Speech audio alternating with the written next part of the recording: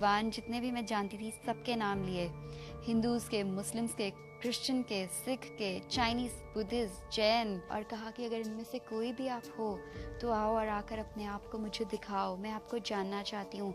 No matter what I will follow you. ऐसा पहली बार नहीं है कि वंदना कोई जवाब पाने के लिए बेताब है।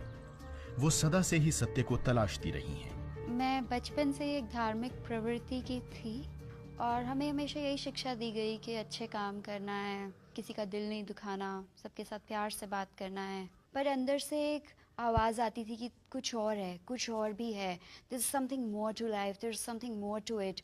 और मेरे अंदर एक सच को जानने की इच्छा थी कि वो सच क्या है।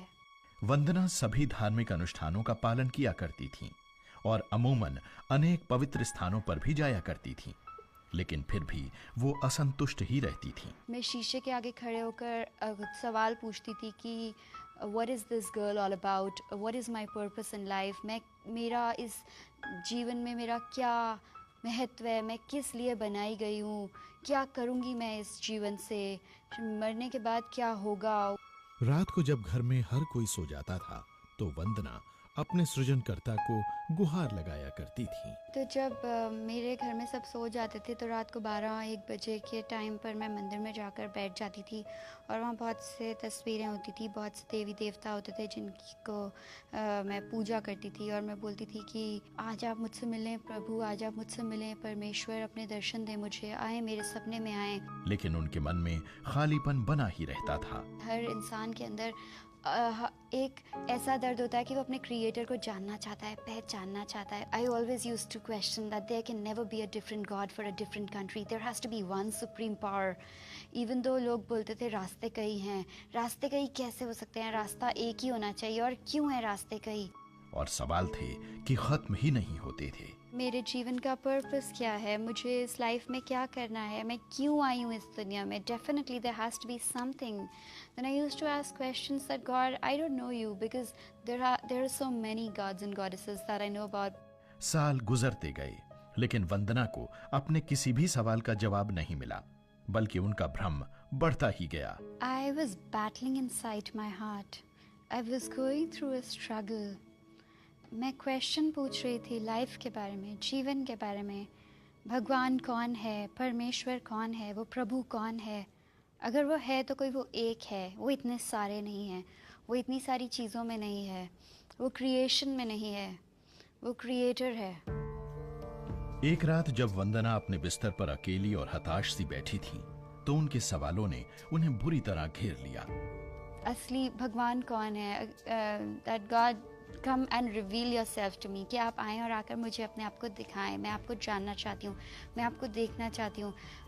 मैंने सब भगवान जितने भी मैं जानती थी सबके नाम लिए, हिंदूज़ के, मुस्लिम्स के, क्रिश्चियन के, सिख के, चाइनीज़, बुद्धिस्ट, जैन, और कहा कि अगर इनमें से कोई भी आप हो तो आओ और आकर अपने आप को मुझे दिखाओ, मैं आपको जानना चाहती हूँ। No matter what I will follow you. और फिर अचानक कुछ ऐसा हुआ जिसकी उन्हें उम्मीद ही नहीं थी। और जैसे ही मैंने अपनी आंखों को बंद किया, to my surprise I saw a big burning blazing cross on fire. That is all I saw. And when I saw that cross, there was something so pure and holy about that cross. तो मुझे लगा वो मुझे अपनी तरफ खींच रहा है, मुझे लगा उसमें कुछ प्योरिटी है, उसमें कुछ होलीनेस है, उसमें कुछ ऐसी चीज है जो मुझे अपनी तरफ बुला रही है और मुझे कह रही है मैं ही सत्य हूँ। उसके अगले दिन वंदना को एक फोन आया जिसकी उन्हें कतई कोई उम्मीद नहीं थी। ये फोन उनके स्कूल के एक मित्र का था जो एक ईसाई था। 2.5 साल के बाद एग्जैक्टली उस दिन जिस दिन मुझे क्रॉस दिखता है, अगले दिन शाम को इस दोस्त का फोन आता है और मैं महसूस कर पाती हूँ कि कुछ बात है जिसके लिए इसका फ़ोन आया है, कुछ सुपरनैचुरल चीज़ है जो चल रही है मेरी लाइफ में, जिसलिए कल रात को मुझे क्रॉस दिखा। और आज के दिन परमेश्वर ने कुछ ऐसा किया कि इस क्रिश्चियन फ्रेंड का कॉल आया।